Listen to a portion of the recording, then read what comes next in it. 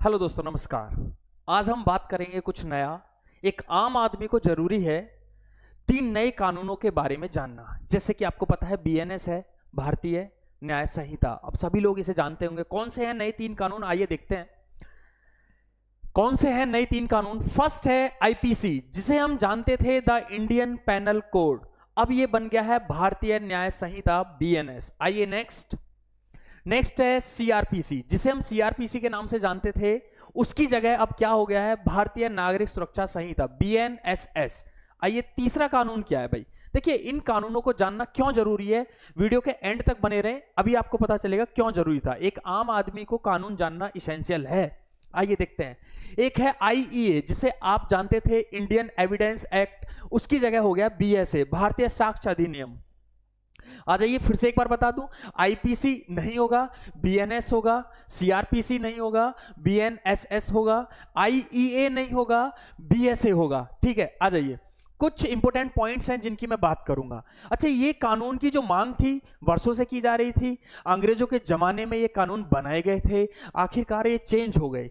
चलिए, कौन से इंपॉर्टेंट पॉइंट्स हैं। फर्स्ट पॉइंट आपके सामने इंग्लिश में है, मैं अभी इलेबोरेट करूंगा इसे, जरा पढ़िए क्या लिखा है। यहां पर लिखा हुआ है, now you can lodge an FIR at any police station and it will be transferred to the concern police station. इसका मतलब ये होता है, पहले कानून में इसका प्रावधान नहीं था। आप किसी भी पुलिस थाने जाइए, पहले क्या होता था, जब एफआईआर लिखवानी होती थी तो क्राइम वाले एरिया में ही जाना होता था, जहां आपका थाना लगता है, या क्राइम वाले एरिया में। अब क्राइम कहीं भी हुआ है, किसी भी पुलिस स्टेशन में जाइए और अपनी एफआईआर लिखवा लीजिए। किसी भी पुलिस थाने जाकर आप एफआईआर लिखवा सकते हैं। बाद में वो एफआईआर अपराध वाले क्षेत्र में ट्रांसफर कर दी जाएगी। आइए नेक्स्ट क्या है। नेक्स्ट है आपका, पढ़िए क्या लिखा है। Online FIR can also be lodged now as this provision has been introduced in the law. इसका मतलब यह है कि ऑनलाइन एफआईआर भी अब आप लॉज कर सकते हैं, ऑनलाइन एफआईआर भी दर्ज होगी। नेक्स्ट क्या है, all cases will be online by 2027 तक जितने भी केस हैं सभी ऑनलाइन हो जाएंगे। आप ऑनलाइन इनकी डिटेल्स देख सकते हैं। आ जाइए, नेक्स्ट क्या है। Now summons can be sent via SMS as per the new law. अब ध्यान रखिए, अगर समन भेजना है तो एसएमएस के थ्रू भी समन भेजा जा सकता है और ये मान्य होगा। ठीक है, नेक्स्ट की बात करते हैं। In serious crimes investigation must be completed within 14 days. ध्यान रखिए, जितने भी गंभीर अपराध हैं, गंभीर अपराधों में जांच हो जाएगी कितने दिनों के अंदर, 14 दिनों के अंदर। ध्यान रखिए, 14 दिनों के अंदर इन्वेस्टिगेशन करना जरूरी है जितने भी गंभीर अपराध हैं। नेक्स्ट, गंभीर अपराधों में फॉरेंसिक जांच नेसेसरी कर दी है। जितने भी गंभीर अपराध हैं उनमें फॉरेंसिक जांच जरूरी कर दी है। Next, offences carrying a sentence of 7 years imprisonment or more shall be classified as serious crime. जितने भी सीरियस क्राइम है वो कौन से माने जाएंगे, ध्यान से समझिए। जो 7 साल वाले हैं, जो 7 साल वाले हैं या 7 साल से ऊपर वाले हैं, वो सीरियस क्राइम में माने जाएंगे। फिर सुन लीजिए, गंभीर अपराध में कौन आएगा, गंभीर अपराध जो 7 साल वाले सजा वाले हैं या 7 साल से ऊपर वाले हैं, वो गंभीर अपराधी की श्रेणी में आएंगे। Next, after the hearing the verdict will be delivered with in 45 days ensuring that the case is not prolonged। फिर सुनिए, the case is not prolong. अब केस लंबे नहीं चलेंगे, अब केस लंबे नहीं चलेंगे। क्या लिखा है, आफ्टर द हियरिंग, सुनवाई के बाद 45 दिनों के भीतर वर्डिक्ट डिसीजन देना अनिवार्य है। फिर सुन लीजिए, अब केस लंबे नहीं चलेंगे, सुनवाई के बाद 45 दिनों के अंदर वर्डिक्ट देना, डिसीजन देना अनिवार्य है। आइए next, charges will have to be framed within 60 days after the first hearing। इसका मतलब है पहली सुनवाई के बाद 60 दिनों के भीतर, 60 दिनों के भीतर आरोप तय करने होंगे। फिर सुन लीजिए, पहली सुनवाई के बाद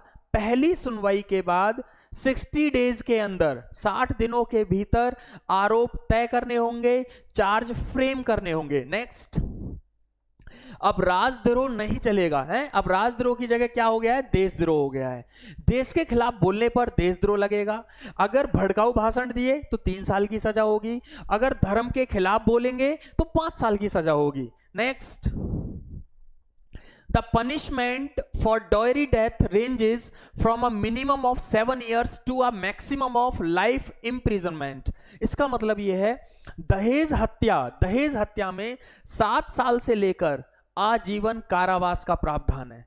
next, if you cause an accident with a vehicle and flee the scene resulting in someone's death, you can be sentenced to up to 10 years in prison। इसका मतलब यह है आपने एक्सीडेंट किया और एक्सीडेंट कर आप घटना स्थल से भाग गए, आपकी गाड़ी से एक्सीडेंट हुआ और आप उस जगह से भाग गए और उस इंसान की मौत हो जाती है जिसका एक्सीडेंट हुआ, तो आपको 10 साल तक की सजा हो सकती है।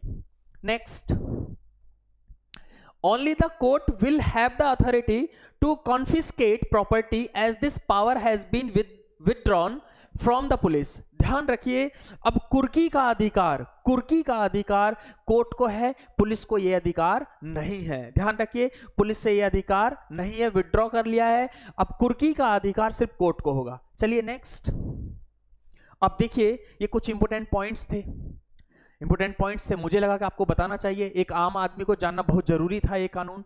चलिए कुछ हम बात करते हैं। हमारा जो चैनल है CCH, वो गवर्नमेंट जॉब के लिए फेमस है। करियर क्रैक हब CCH के नाम से जाना जाता है।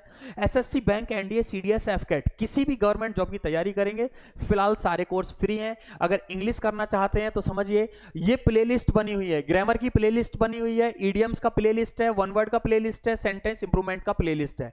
और ये क्या करवाना है, फ्री चल रहा है। 1997 से लेकर 2024 तक के जितने भी सेंटेंस इंप्रूवमेंट है प्लेलिस्ट बनी हुई है। वन वर्ड करना है, जितने भी पुराने वन वर्ड है प्लेलिस्ट है।